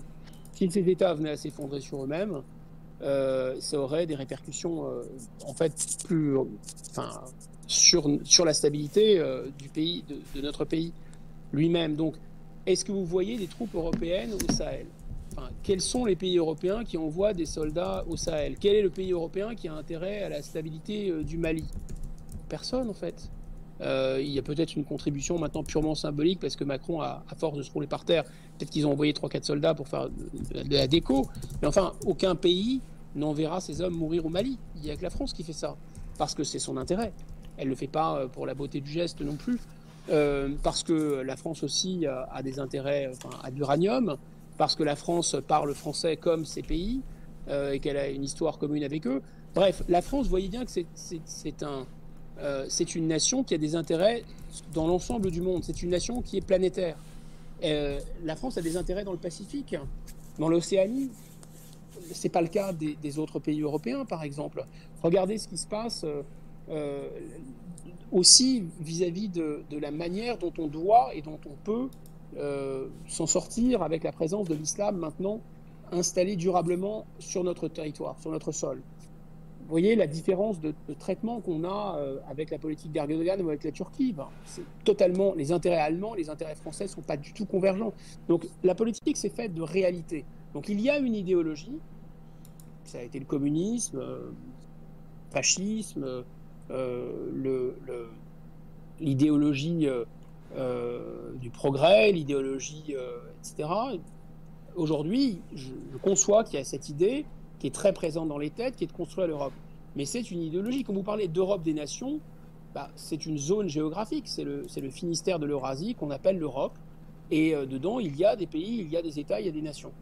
Que ces États, que ces nations et des intérêts convergents puissent converger et puissent coopérer ensemble, il n'y a absolument pas besoin de l'Union européenne pour ça. D'ailleurs, le Airbus le montre. L'Airbus, ça n'a rien à voir avec l'Union européenne, par exemple. Donc, mais ce qui est très important, je reviens à cette idée, c'est est-ce que la France n'a pas des choses à faire avec la Russie? Est-ce que la France n'a pas des choses à faire avec l'Inde? Est-ce que la France n'a pas des intérêts en commun avec les États-Unis ou avec la Chine de temps en temps? Est-ce que les alliances même industrielles que vous voyez, est-ce que Renault est allié avec un autre constructeur européen? Non, est allié avec Nissan, c'est un japonais. Donc, par tous les bouts qu'on prenne le problème, que ce soit géopolitique, militaire, économique, industriel, technologique, l'Europe n'a pas de réalité, en fait. Elle n'a, pardon d'être vulgaire, mais elle n'a ni couilles ni cerveau. Et elle n'en aura jamais, ça ne pousse pas, en fait. On rappellera aux jeunes LR que l'Europe des nations, c'est le Finistère de l'Eurasie. C'est une excellente définition là-dessus. Est-ce qu'il y a d'autres questions sur lesquelles on pourrait vous poser? Attendez. Vous voyez, par exemple, je reprends ça, c'est évident qu'un pays a des relations, bon là, elles sont pacifiées, il est souhaitable qu'elles restent pacifiques avec ses voisins, mais vous voyez la proximité qu'il y a entre la France et la Suisse, la coopération qu'il y a entre la France et la Suisse. Est-ce que la France devrait s'arrêter de coopérer, de travailler avec la Suisse, de faire des choses avec la Suisse, qui est un pays ami, qui est un pays allié, qui est un pays voisin, parce qu'elle n'est pas à l'intérieur de l'Union européenne pour pouvoir accoucher à terme d'un État qui, soi-disant, est dans le sens de l'évolution de l'histoire? Enfin, ça n'a ni queue ni tête. On va finir sur deux autres questions. Comment vous voyez la France dans les 5 ou 10 prochaines années? Et est-ce que vous avez un espoir aussi pour la France? Je crois que, oui, j'ai beaucoup plus que de l'espoir. J'ai une confiance presque invincible dans mon pays, même si les nations sont mortelles aussi, je le sais, et comme nous sommes, nous, individus mortels, les nations durent plus longtemps, mais enfin, elles sont aussi mortelles. Mais je pense que la France est à la fois une réalité magnifique, géographique, humaine, mais c'est aussi une très grande idée, et une idée dont vraiment le monde a besoin. On l'a pas beaucoup développée, mais regardez cette guerre des sexes, des genres, etc., qu'on essaye d'importer d'Amérique du Nord, des universités nord-américaines, cette espèce de tension entre les hommes et les femmes, mais ça tourne totalement le dos à la civilisation française. La France, d'abord, c'est un des rares pays qui se dit avec un nom féminin. On représente la France, c'est Marianne, avec un visage féminin. Dans notre pays, et c'est une grande gloire, je pense, de la France, c'est de... Vous savez, depuis le haut Moyen-Âge, c'est les femmes qui président les tables. Les femmes ont la préséance en France. Toute cette culture de la galanterie, c'est une culture, alors les gros beaufs américains disent qu'on est efféminé, etc. Mais en fait, les Français sont à la fois virils, ils l'ont montré à Verdun, mais ils sont aussi élégants et raffinés. Parce qu'en fait, ils font une part, dans leur civilisation, une part importante à la femme et à la féminité. Donc je pense que ça, c'est quelque chose qui manque au monde. Prenez un des problèmes les plus graves de la planète aujourd'hui, le problème démographique. Le fait que le monde entier est en train de se suicider démographiquement, mis à part l'Afrique. C'est-à-dire, on n'a pas un équilibre à 2 enfants par femme, c'est-à-dire que l'homme et la femme, une fois qu'ils vont mourir, ils ne seront pas remplacés par 2 enfants. On est à 1,2, 1,3, il y a un effondrement démographique, c'est vrai dans les pays occidentaux, mais ça commence à se répandre partout, et en Asie, et en Chine, etc. C'est un problème extrêmement grave, nouveau pour le monde entier. On a connu, si vous voulez, l'explosion démographique avec le rajeunissement, guerre, révolution, etc. Mais l'humanité n'a pas encore expérimenté, si vous voulez, l'implosion démographique. C'est-à-dire, qu'est-ce qui va se passer dans une société quand 50% de la population aura plus de 50 ans, plus de 60 ans? Qu'est-ce qui va se passer quand il y aura une personne pour pousser les chaises roulantes de 2 personnes? Et ensuite, si vous voulez, si ça continue, ça s'installe dans la durée, vous voyez que ça va être une personne qui va pousser les chaises roulantes de 4 personnes et ainsi de suite. Parce que ce phénomène est dynamique sur un plan mathématique. Donc, c'est complètement fou, mais la France a la clé, en fait. La clé, on a tellement l'habitude de se détester nous-mêmes et ne pas voir ce qui fonctionne en France, mais en fait, en France, les femmes peuvent travailler et faire des enfants. Il y a des crèches. Et avant que François Hollande fasse le sagouin et sabote la politique démographique du pays, il n'y avait pas que les immigrés qui faisaient des enfants. Tout le monde faisait des enfants, et à peu près aux alentours de 2 enfants par femme. C'est-à-dire l'équilibre démographique. C'est-à-dire ni trop de vieux, ni trop de jeunes. Et globalement, une fois que la population qui existe aujourd'hui est morte, il y aura la même quantité de population. Et bien en fait, vous voyez, si la France disparaît, c'est un peu comme les gens qui vous disent, je pense qu'ils ont raison, qui ont détruit des pans de la forêt où il y a des essences ou des espèces végétales ou animales qu'on ne connaît même pas. Voilà, ça sera irrémédiablement perdu. La France, évidemment, c'est pour l'humanité une ressource, à mon avis, indispensable. Alors, est-ce que je crois que la France a un avenir? Oui, j'y crois profondément. Je pense même qu'elle a, peut-être que les planètes sont alignées comme rarement dans son histoire, que la mondialisation, on n'a pas eu le temps de développer, lui procure, en fait, pourrait lui ouvrir un boulevard. Le problème, c'est qu'effectivement, on va passer, pour répondre à votre question, dans les 5 ou peut-être les 10 ans à venir, par des périodes de, je dirais, probablement très sombres, très dures, des temps de fer, où je pense que l'ordre public sera très difficile à assurer. Je pense qu'il va y avoir, si la classe dirigeante ne se renouvelle pas rapidement et si des choix complètement fous de remboursement de la dette, de monnaie surévaluée, de désindustrialisation, ce système, cette espèce de filet de sécurité sociale, il faut le financer. Il était financé jusqu'à présent, il ne l'est plus. Donc à un moment, il va y avoir un trou d'air, et bien sûr ce que tout le monde a à l'esprit, c'est-à-dire l'insuffisante, c'est même pas l'insuffisante assimilation, c'est la désassimilation de beaucoup de jeunes immigrés de 2e et de 3e génération qui sont maintenant des ennemis de l'intérieur.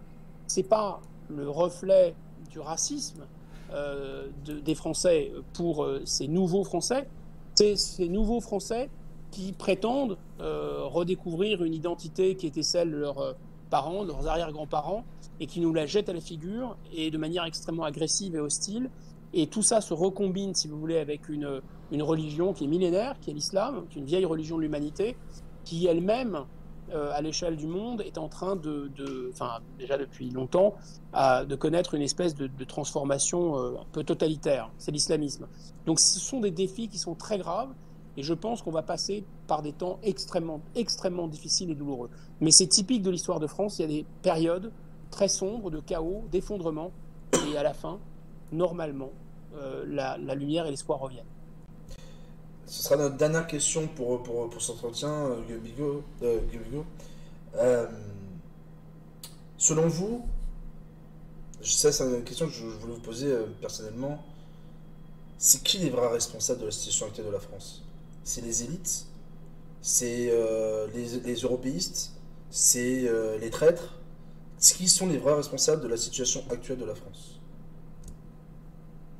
Les Français sont tous collectivement responsables, le général de Gaulle l'avait dit, on a toujours les dirigeants qu'on mérite.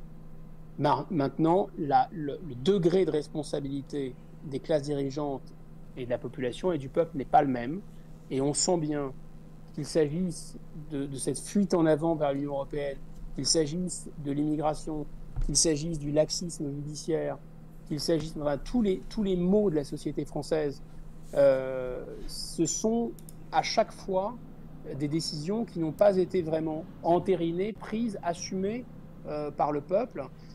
Il y a des forces politiques en présence, on en a parlé rapidement, mais en fait, pour avoir une représentation assez, peut-être simpliste, mais assez correcte de la situation, il faut comprendre que finalement la population peut être divisée en 3 tiers. C'est-à-dire qu'il y a un tiers de la population qui s'est accommodé de cette globalisation à outrance, s'est accommodé d'une espèce de boboisation de l'Union européenne et de la disparition aussi de beaucoup d'industries de main-d'œuvre au profit de ces grands monstres du CAC 40 qui ne font qu'exporter, en fait, qui produisent quasiment plus rien ici. Et ils font partie de la classe dirigeante, mais ce n'est pas seulement la classe dirigeante stricto sensu, c'est peut-être 25%, 30% du corps électoral. Et puis, il y a les gens qui protestent. France Insoumise, Rassemblement National, etc. On est à plus de 25-30% aussi, ça fait un deuxième tiers. Mais vous avez un troisième tiers, en fait, qui est maintenant dans l'abstention depuis longtemps. Et voilà, donc, si on veut parler de la responsabilité des Français, il faut interroger ça. Il y a des gens qui protestent. Bon, on peut dire que leur responsabilité est moindre, finalement, ils protestent contre les formes de décadence, mais ils protestent de manière très négative aussi, sans rien proposer. Ils protestent de manière séparée, divisée. Certains protestent contre l'injustice économique, la France Insoumise, les autres protestent contre les méfaits de la dissolution de l'identité nationale, c'est le Rassemblement national, etc. Bon, mais on ne peut pas vraiment leur reprocher. En tout cas, les dirigeants de ces partis sont très responsables. On a parlé de l'énarchie qui a fabriqué l'Europe, de l'énarchie qui a mis la mondialisation à bloc, et cette politique folle de droit de l'hommisme avec l'état de droit. Oui, c'est vrai, il faut les clouer au pilori, mais je pense que la responsabilité d'un Mélenchon, la responsabilité de la famille Le Pen sont majeures, massives en fait. À part hurler à la mort et ressembler exactement à la caricature que veut le système, qu'est-ce qu'ils ont fait d'autre? Qu'est-ce qu'ils proposent d'autre? Quel chemin et quel espoir ils proposent au peuple français? Rien, c'est de la négativité pure, donc leur responsabilité est importante. Et puis, les abstentionnistes. Bon, alors on me dirait, ils sont dégoûtés. Ils sont dégoûtés probablement qu'il y a de l'indifférence parmi les abstentionnistes, les gens qui s'en foutent, qui s'en lavent les mains. Mais il y a aussi des gens, une espèce d'abstentionnisme civique. C'est parce qu'ils aiment la France, ils aiment leur pays, ils aiment la démocratie, ils ne veulent plus être mêlés à cette comédie, en fait, à cette espèce de caricature de démocratie. Donc, ils restent chez eux. Mais sauf qu'en politique, ne pas décider, c'est laisser les autres décider, en fait. C'est ça le problème. Donc la responsabilité, pour vous répondre, des classes dirigeantes est écrasante par rapport à la responsabilité du peuple, mais on ne peut pas tirer un trait de plume sur la responsabilité du peuple. Il y a quand même des gens qui votent pour ce système, il y a des gens qui sont des populistes assez stériles, et puis il y a beaucoup de gens qui restent chez eux et qui ne font rien. Donc la responsabilité, malheureusement, peut-être que je dois m'inclure dedans, on doit tous s'inclure dedans. Si vous voulez que ça change, on doit tous faire un examen de conscience. Pourquoi on a laissé notre pays dans cet état? Et combien de temps est-ce qu'on va pouvoir se regarder dans la glace? Est-ce qu'on va pouvoir parler à nos enfants? Et qu'est-ce que la France va devenir si les Français n'y croient plus? C'est ça la question fondamentale, il n'y en a pas d'autre en fait. Guillaume Bigot, merci. Merci pour cet entretien. Merci pour la question de tous ceux qui nous ont posé des questions, aux auditeurs. Merci de nous avoir écoutés. Si vous souhaitez réécouter, nous allons mettre l'entretien sur notre chaîne YouTube. Après un montage pour le niveau du son, je sais que vous entendez pas très bien, le volume pas très fort. Ne vous inquiétez pas, à l'avenir, je montrerai un peu plus le son sur la vidéo quand on la mettra sur notre chaîne. Merci Guillaume Bigot. Merci à vous. Merci à vous. Marmo. Retrouvez-nous sur les réseaux sociaux pour d'autres entretiens.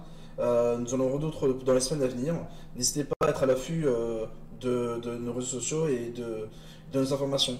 Je vous souhaite à tous un excellent week-end, fin de week-end, et de bon courage pour la suite. Merci à toute l'équipe qui m'ont aidé pour préparer tout ça. Et merci pour tout, Guillaume Bigot. Au revoir. Je vous en prie, bonsoir.